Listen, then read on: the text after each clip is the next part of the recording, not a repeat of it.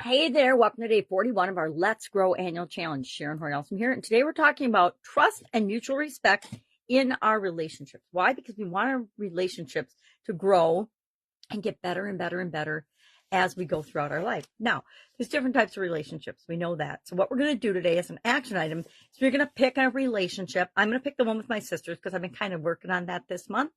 And we're going to identify how we show and receive trust and how we show and receive mutual respect. I am a firm believer that we absolutely positively have to treat people the way we want and expect to be treated, because what we put out into the world is what we get back. So especially in our close relationships, we want to make sure that we are treating people and putting out what we want to receive. If you want to be trusted, you have to be trustworthy, but you also have to trust other people. If you want to get respect, you have to give respect, right? You don't just get respect. You have to earn respect. It's like trust. Sometimes you have to earn trust too. Some people will automatically trust you. Other people, you're going to have to prove to them that you are indeed trustworthy. Well, what are some ways to do that? So what we're going to do is we're going to think of a couple of ways in one specific relationship today. You can do it for all the categories of your relationships if you so choose, but as a minimum, do one today. So at a minimum today, I'm going to do my sisters, my family. Maybe I'll do my mom. Maybe I'll do my granddaughters. Maybe I'll do my daughter and son. Maybe I'll do my son-in-law. Maybe I'll do a whole bunch of other ones. But I think once I do a family one, like my sisters, it covers a lot of the bases. So for example, how could I show trust? How do I want to demonstrate trust as well as be trusted and trustworthy and trusted? Number one, by being dependable, right? If I am dependable, if people can rely on what I say I'm going to do, that I actually will do it. If I show up on time, for some people, time is a huge one. And for me, in the past, time was not one of my easiest things to be on. I found that if I didn't add an hour per child as we were getting ready to go somewhere, we weren't ready on time, and we didn't leave on time. That meant we didn't arrive on time. So be dependable, be reliable, be a source of guidance and support, and then your family will be that for you as well. Hopefully not. It's not a guarantee, right? There's no guarantees in this or in life. There's definitely no guarantees in our relationships. What's another way that we could show trust? And I could show trust with my siblings, my sisters. Respect for who they are. Let them be who they are so that they will let me be who I am, and love them just for who they are, right? Unconditional love is the next way that we can show trust. We don't unconditionally love very many people in our lives. I say it's imperative that we unconditionally love our children, but guess what? There's a lot of people that don't unconditionally love their kids. I think that it's that we unconditionally love our family. We don't always like what they do or how they behave or what they stand for or how they act, but we need to unconditionally love them. I unconditionally love my sisters. I can't think of anything they could do, and they've tested this theory in the past, that I wouldn't absolutely deep down unconditionally love them. Same with my kids. There's nothing my kids could do that I would not love them. This same rule does not apply to partners, by the way.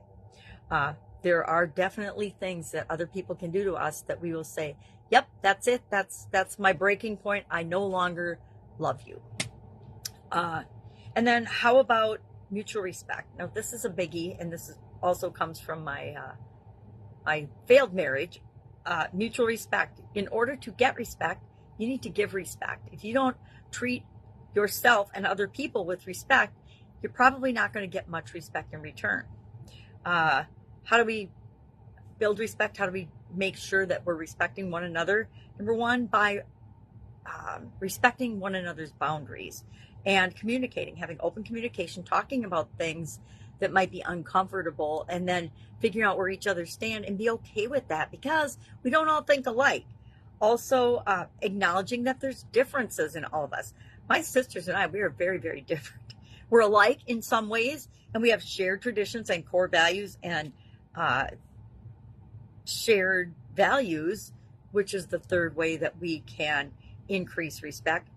We respect one another's shared values and traditions, and we're always looking for ways to create new ones. but also as far as acknowledging differences. I don't know, but growing up 4 girls, there were a lot of times when people lumped us all together as the Horne sisters, right? And sometimes that was okay, but other times it was just done in a way that was kind of rude, right? And not as a compliment. Or they would compare one of us to something that, or all of us to something one of us had done, and not realize that we were unique individuals. And even though we grew up in the same family, had the same parents, had the same life foundation, doesn't mean we had the same experiences, and doesn't mean we even experienced growing up the same way. So we are different, and we are unique, and we need to respect and value one another for how we are different, not only how we're similar. I do think the older we get, the more we look alike. Just saying. So what are we doing today? We are thinking about trust and mutual respect in one of our relationships, and just coming up with ideas of how we can demonstrate that, because we get what we give, right? And show that and create more of that in our relationships. In Guide 2 of the Let's Grow Annual Challenge private Facebook group, there is an example of this of trust and mutual respect for our friendships, for our romantic relationships, for our family relationships, and for our professional relationships, just to give you some ideas of things that you could do, right? If you're like, geez, so-and-so doesn't trust me at work, I don't know what to do about it, this will give you some ideas. Any questions? Ask. Otherwise, I'll be with you tomorrow for another relationship growth topic. Have an awesome day.